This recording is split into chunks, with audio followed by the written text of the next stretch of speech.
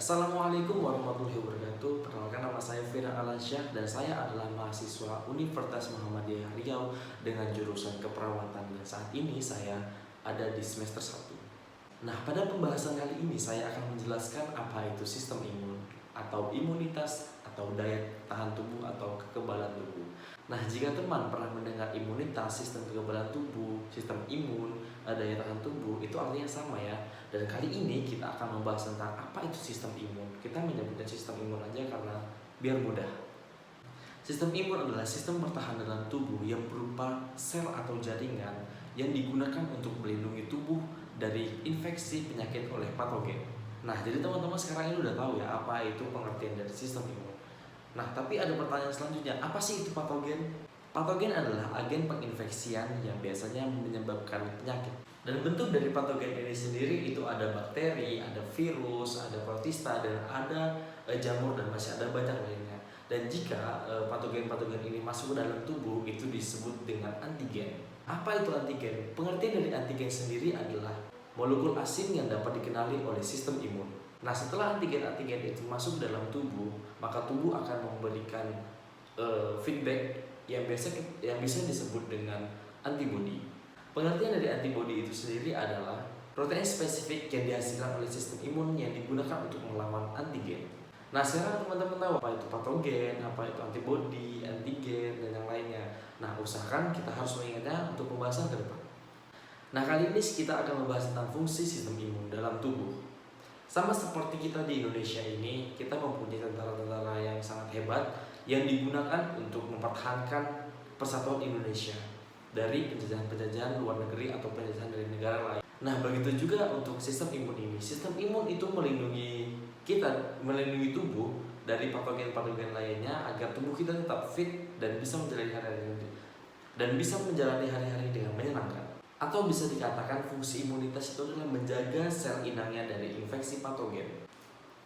Nah, sistem imun itu dibagi menjadi dua, yaitu sistem imun adaptif dan sistem imun bawaan. Nah, imunitas bawaan atau innate immunity itu merespon patogen dengan cepat dan efektif setelah terjadi infeksi yang disebabkan oleh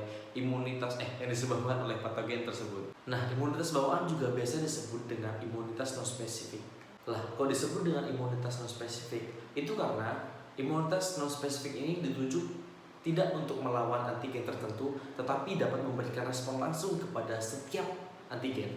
Nah, imunitas bawaan ini atau innate immunity atau imunitas non-spesifik ini dibagi lagi menjadi dua, yaitu yang pertama ada pertahanan penghalang dan ada satu lagi yaitu pertahanan internal. Apa itu pertahanan penghalang? Nah, pertahanan penghalang itu dibilang juga sebagai pertahanan eksternal. Itu adalah bagian terluar di tubuh yang menjadi pertahanan penghalang pertama terhadap patogen. Nah, tapi di mana sih keberadaan pertahanan penghalang ini atau pertahanan terluar atau pertahanan tingkat 1 ini berada? Itu ada di kulit, ada di membran mukosa, dan ada di sekresi. Setelah patogen bisa menembus pertahanan penghalang, maka pertahanan internal itu akan beraksi. Pertahanan internal itu ada di sel fagositik, protein antimikroba, inflamasi, dan sel pembunuh alami. Nah, selanjutnya apa sih immunity acquired itu atau immunity adaptif itu? Itu adalah mekanisme di mana tubuh bisa memberikan perlawanan terhadap patogen atau antigen tertentu, sehingga bisa disebut juga dengan imunitas spesifik.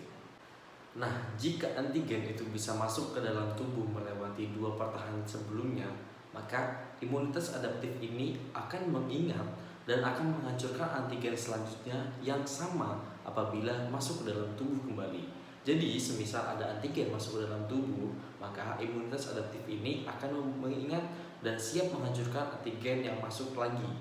Jadi, tubuh kita tidak akan terserang penyakit dua kali.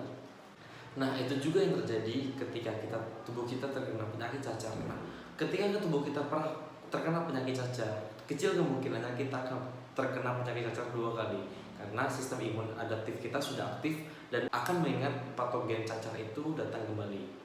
Ketika datang kembali, maka sistem adaptif kita akan aktif dan langsung menghancurkannya.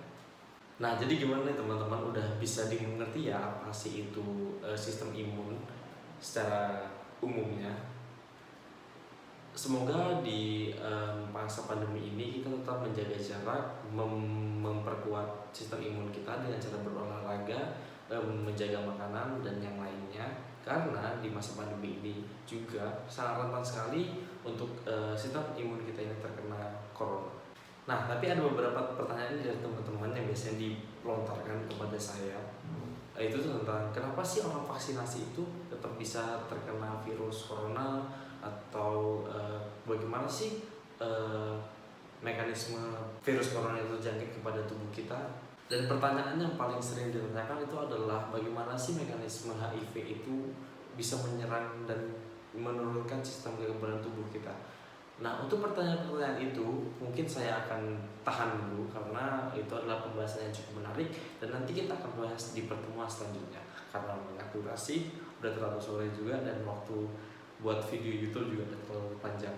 Saya Firdan Alansyah, mahasiswa Universitas Muhammadiyah Riau. Mohon pamit undur diri. Mohon maaf apabila ada kesalahpahaman atau ada paham yang salah. Semoga teman-teman bisa mengingatkan di kolom komentar. Saya Firdan Alansyah. Terima kasih.